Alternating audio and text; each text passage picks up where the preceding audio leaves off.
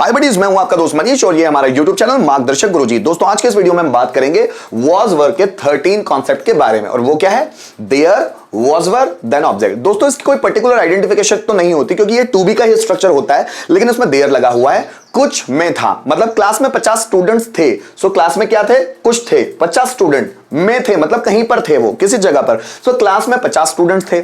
घर में सन्नाटा था, या मैं बात करूं रूम में अंधेरा था। डिक्शनरी में 10,000 से ज्यादा शब्द थे। मेरे दिमाग में बहुत सारे पॉजिटिव वर्ड्स थे, या मेरे दिमाग में बहुत सारे पॉजिटिव थॉट्स थे। बुक में 400 से ज्यादा पेजेस थे। ट्रेन में 500 से ज्यादा यात्री थे। बॉटल में पानी था। कंप्यूटर में वायरस था। बर्तन में दूध था। इनबॉक्स में मैसेजेस थे। तो इस तरह के जो सेंटेंसेस आते हैं हम लोग देयर, वॉज, वर वाले कॉन्सेप्ट के साथ इस्तेमाल करते हैं। दोस्तों आपको क्लियर कर दूं, ये वॉज और वर इसके हिसाब से इस्तेमाल नहीं होते। ये वॉज वर इस्तेमाल होते जो पीछे वाला मेन सब्जेक्ट आता है, जो आपको ऐसा ऑब्जेक्ट जैसा दिख सकता है, लेकिन मेन सब्जेक्ट वो होता है। ये तो एक डमी सब्जेक्ट होता है। डमी मतलब अनरियल सब्जेक्ट। अनरियल सब्जेक्ट मतलब नकली सब्जेक्ट। ये नकली सब्जेक्ट होता है। असली सब्जेक्ट तो पीछे होता है। फिर आप बोलेंगे सर असली सब्जेक्ट पीछे क्यों रख रहे हैं? क्योंकि इसका स्ट्रक्चर ही ऐसा फाइंड किया गया है। क्या होता है, कभी कभी हमको स्ट्रक्चर डायरेक्ट मिल जाते हैं, जैसे सब्जेक्ट है वो सेंटेंस में डायरेक्ट मिल जाते हैं। जैसे राम ने गाना गाया तो राम डायरेक्ट मिल गया है। अब मैंने क्लास में 50 स्टूडेंट्स हैं, तो क्लास में 50 स्टूडेंट्स है, तो इसमें सब्जेक्ट कौन सा ये आइडेंटिफाई नहीं हो पाता। नए स्टूडेंट्स को तो पता ही नहीं चल पाता इसमें सब्जेक्ट क्या है। पुराने स्टूडेंट्स को तो पढ़ के आइडिया भी हो जाता है कि भाई 50 स्टूडेंट्स ये सब्जेक्ट है ना। और ये जो 50, जैसे क्लास में 50 स्टूडेंट्स थे, तो 50 स्टूडेंट के हिसाब से ये हेल्पिंग वर्ब लगेगी। So there were 50 students in the class. तो ये वाज वर, ये पीछे वाले जो आएंगे ना, उसकी नंबर के आधार पे, उनकी क्वांटिटी के आधार पे वाज और वर लगना है। कि एक है तो वाज लगा लो, एक से ज्यादा है तो वर लगा लो, है ना। तो देखो क्लास में 50 स्टूडेंट्स थे, so there were 50 students in the class. Class में डिसिप्लिन था। अब डिसिप्लिन ये अनकाउंटेबल नाउन है। अनकाउंटेबल नाउन है मतलब जिसको गिना नहीं। अब डिसिप्लिन, अनुशासन को कोई गिन सकता है कि एक अनुशासन, 2 अनुशासन, 3 अनुशासन? नहीं गिन सकता। इसलिए जिसको हम गिन नहीं सकते उसको सिंगुलर मानते हैं। सो देयर वाज, क्लास में अनुशासन था, there was discipline in the class. Bharat में भ्रष्टाचार था। भ्रष्टाचार को आप गिन नहीं सकते, इसलिए इसको सिंगुलर मानते हैं। So there was corruption in India, है ना। भारत में भाईचारा था, so there was brotherhood in India, है ना। जैसे बॉटल में पानी था, so there was water in the bottle. बर्तन में दूध था, so there was milk in the pot. जैसे मान लो डिक्शनरी में बहुत सारे वर्ड्स थे, so there were many words in the dictionary.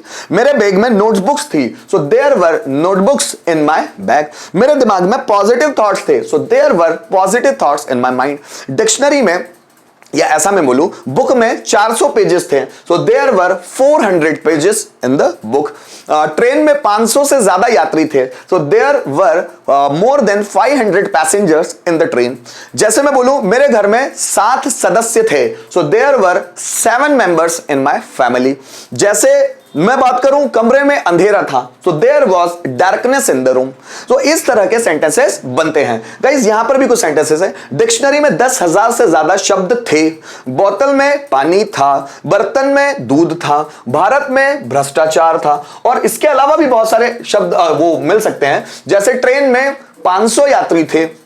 पुस्तकालय में हजारों किताबें थी। मेरे खाते में 15,000 रुपए थे।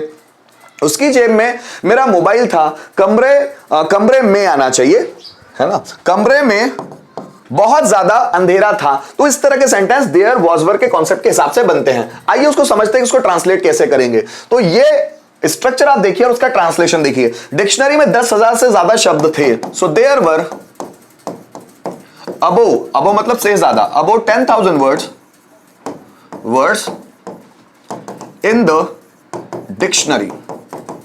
In the dictionary, so there were above 10,000 words in the dictionary. बोतल में पानी था, so there was water in the bottle. There was water in the bottle. बर्तन में दूध था, so there was milk in the pot, है ना। There was milk in the pot. Bharat में भ्रष्टाचार था, so there was corruption भारत में इन इंडिया।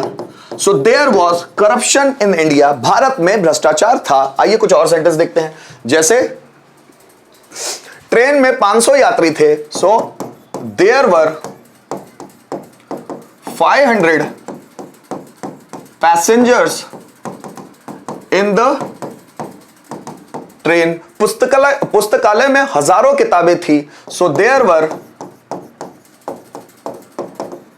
हजारों किताबें, thousands of books in the library, so there were thousands of books in the library. मेरे खाते में 15,000 रुपए थे, so there were 15,000 rupees in my account, so there were 15,000 rupees in my account। उसकी जेब में मेरा मोबाइल था, so there was my mobile, उसकी जेब में in his mobile, in his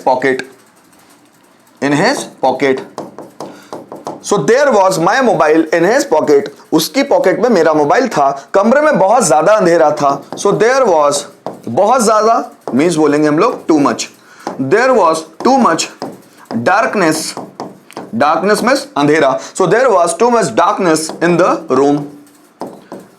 room। तो इस तरह हम सेंटेंसेस बना बनाकर देख सकते हैं। गाइज यहां पर स्ट्रक्चर है देयर वाज वर ऑब्जेक्ट के 4 स्ट्रक्चर, क्योंकि हु पैटर्न तो उसमें बनता नहीं।